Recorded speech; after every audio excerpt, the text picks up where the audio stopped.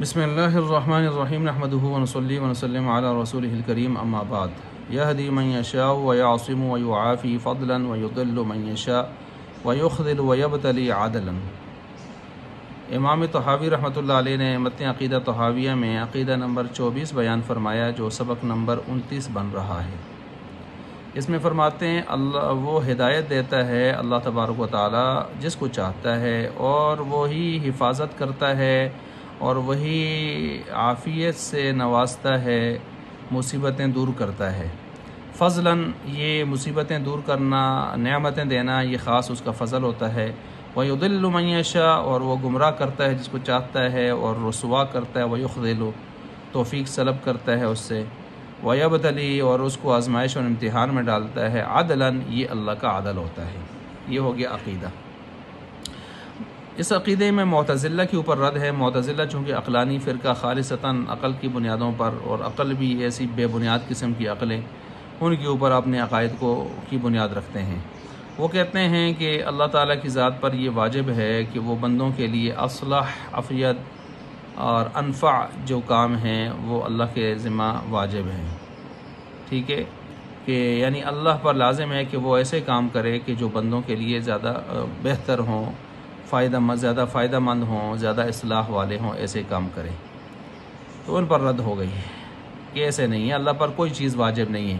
اگر کہیں کسی روایت میں یہ مفہوم آ بھی جاتا ہے کہ اللہ نے اپنے ذمہ لے لیا ہے، تو اس کا مطلب یہ عذر و شفقت و مہربانی اور تبرع و احسان ہوتا ہے، اس میں وجوب کے لیے نہیں ہوتا کہ اللہ کے اوپر کوئی چیز واجب ہو گئی ہے۔ اللہ پر کوئی چیز واجب نہ تھی، نہ ہے، نہ ہو سکتی ہے، عقلاً بھی، نقلاً بھی، عقلاً بھی۔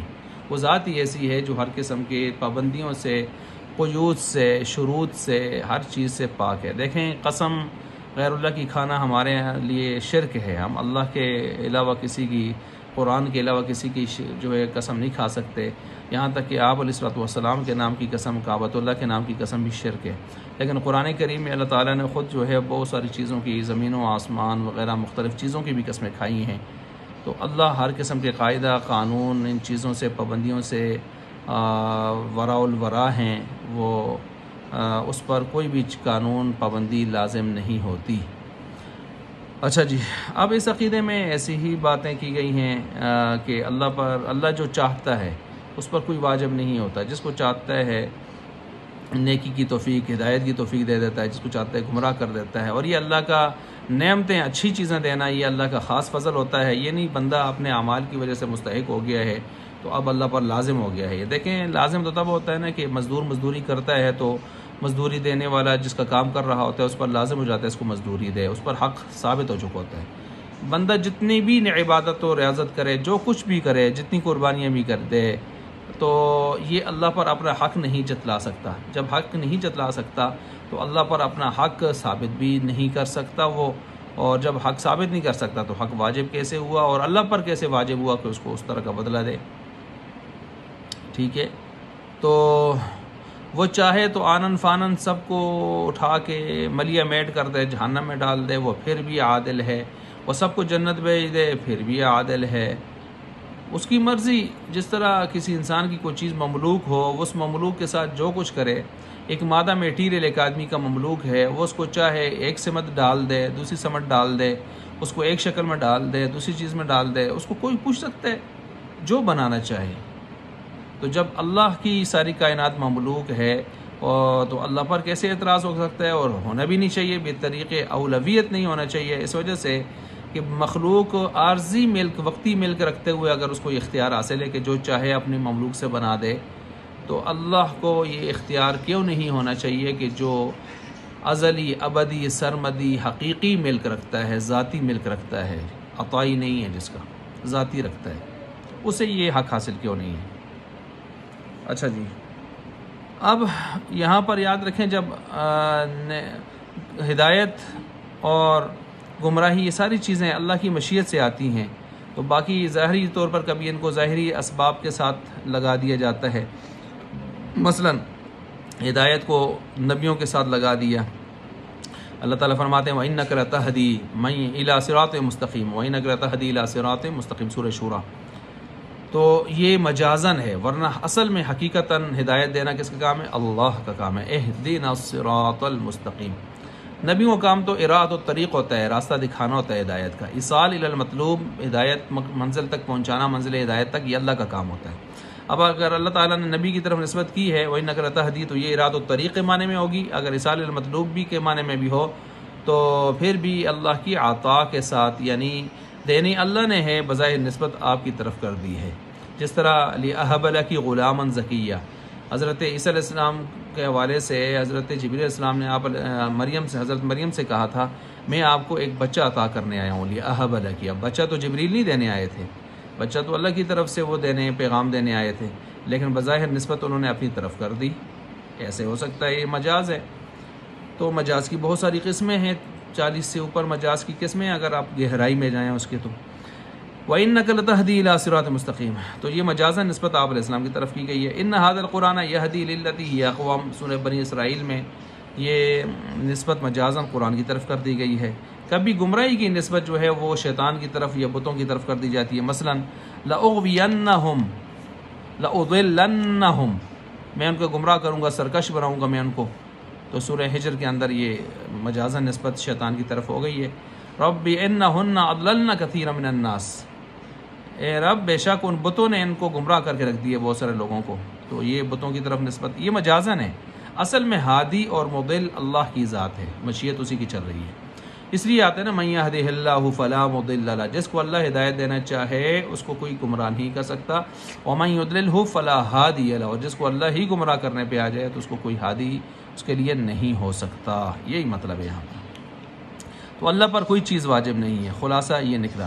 اب دیکھیں اگر اصلاح کی بات کی جاتی تو پھر تو اصلاح یہ تھا بندے پیدا ہی نہ ہوتے، دنیا میں آنا ہی ایک پریشانی ہے۔ آتے ہی جب آتا ہے بچہ تو اس وقت سے رونا شروع کرتا ہے، شیطان اس کو جب وہ دبوچتا ہے تو اس وقت سے لے کر صرف آپ علیہ السلام حضرت عیسیٰ علیہ السلام بچے شیطان کے دبوچنے سے، اس وقت سے لے کر وہ پھر رونا شروع کرتا ہے، موت تک بیچارہ روتا ہی رہتا ہے، پھر لوگ اس پر روتے ہیں، لوگوں کو رلاتا ہو جاتا ہے، اور درمیان میں کتنی مشقتیں پریشانیاں برداشت کرتا ہے۔ تو پھر تو فائدہ یہی تھا کہ اس کو دنیا میں لایا ہی نہ جاتا، اگر فائدے کی بات کی جائے معتزلہ کے قول کے مطابق۔ کیوں؟ دنیا میں اگر آپ دیکھیں فقیر دنیا میں معذب بنا ہوا ہے، فقیری کی زندگی گزار رہے، دنیاوی اسباب نہ ہونے کے برابر کتنی پریشانی سے وہ گزر رہا ہوتا ہے۔ کافر آخرت کے اعتبار سے معذب ہے، تو پھر اصلح تو یہی تھا نا کہ بندوں کو پیدا ہی نہ کیا جاتا، نہ کافر معذب بنتا آخرت کے اعتبار سے، نہ فقیر آدمی مجبور آدمی دنیا میں معذب بنتا۔ تو اس لیے معتزلہ کا یہ عقیدہ عقلاً بھی باطل ہے، نقلاً تو باطل ہے ہی ہے، جیسے میں پہلے تفصیل سے بیان کر چکا ہوں۔ اچھا، اب یہ ایمان کون دیتا ہے؟ اللہ فرماتے ہیں بل اللہ یمن علیکم، بلکہ اللہ نے تمہارے اوپر احسان کیا کہ تمہیں ایمان کے حوالے سے راستہ دکھایا، تمہیں ایمان کی دولت اللہ تعالیٰ نے ہدایت کی دولت عطا فرما دی، ٹھیک ہے۔ اسی طرح موسیٰ علیہ السلام پر احسان جو ہے، فرعون پر جو ہے احسان سے زیادہ، یہ ساری چیزیں مختلف مطلب اس حوالے سے ہوتی کہ اگر اس طرح ہوتا تو پھر موسیٰ علیہ السلام پر احسان فرعون پر احسان سے زیادہ نہ ہوتا، اس لیے کہ ہر ایک کے ساتھ اس کے مطابق احسان ہوتا ہے، تو پھر ہر ایک کے ساتھ جب اس کے مطابق احسان ہے تو پھر اسی ترتیب سے یہ ساری بات ہوتی۔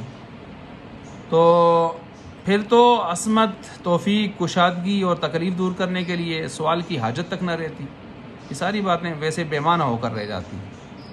تو اس لیے آپ دیکھیں نا، تم جو ہے فلا تزکوا انفسکم، زیادہ پاک باز مت بنو، مطلب یہ ہے کہ پاکی کے دعوے مت کرو، وہ عالم بمن اتقی، وہ خوب جانتے ہیں کون کتنا متقی و پرہیزگار ہے، اگر ہے بھی تو یہ دولت اللہ نے اس کو دی ہے، اگر وہ دعوے کر رہا ہے تو اس کا مطلب یہ ہے کہ وہ از خود اپنی طرف سے جو دعوے کر رہا ہے اصل میں اس کے اندر تقوی ہے ہی نہیں ہے، ٹھیک ہے۔ اچھا، وَيُعَافِي فَضْلًا، اسی طرح جو ہے وہ اپنے فضل سے ہی لوگوں کو مصیبتیں دور کرتا ہے، عافیت دیتا ہے اور ان کو خوشحالیاں دیتا ہے اور نعمتوں سے نوازتا ہے، برکات سے نوازتا ہے، اور عدل سے اس کا عدل ہی ہے کہ وہ لوگوں کو جو ہے دنیا کے اندر اگر ان پر مصیبتیں آتی ہیں، پریشانیاں آتی ہیں، آزمائشیں آتی ہیں تو یہ اس کا عدل ہے۔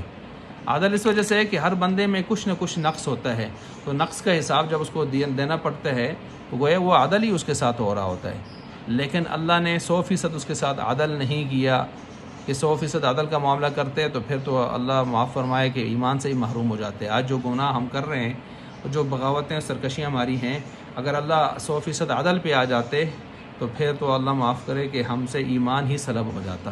لیکن اللہ کی مہربانی ہے کہ ایمان پر اللہ نے قائم رکھا ہوا ہے اور دنیا کی نعمتوں سے بھی مالا مال کیا ہوا ہے، اور چھوٹی موٹی جو ہے وہ کچھ آزمائشیں لا کے اللہ تعالیٰ سبق سکھا رہے ہوتے ہیں۔ تو اب اللہ آخرت کے اعتبار سے فرماتے ہیں نا کہ اگر میں عدل کروں گا تو کیا ہوگا، فَمَن يَعْمَلْ مِثْقَالَ ذَرَّةٍ خَيْرًا يَرَهُ وَمَن يَعْمَلْ مِثْقَالَ ذَرَّةٍ شَرًّا يَرَهُ، وہ ترتیب ہو جاتی ہے۔ تو بہرحال یہ عقیدہ بھی میں نے آپ کے سامنے بیان کر دیا۔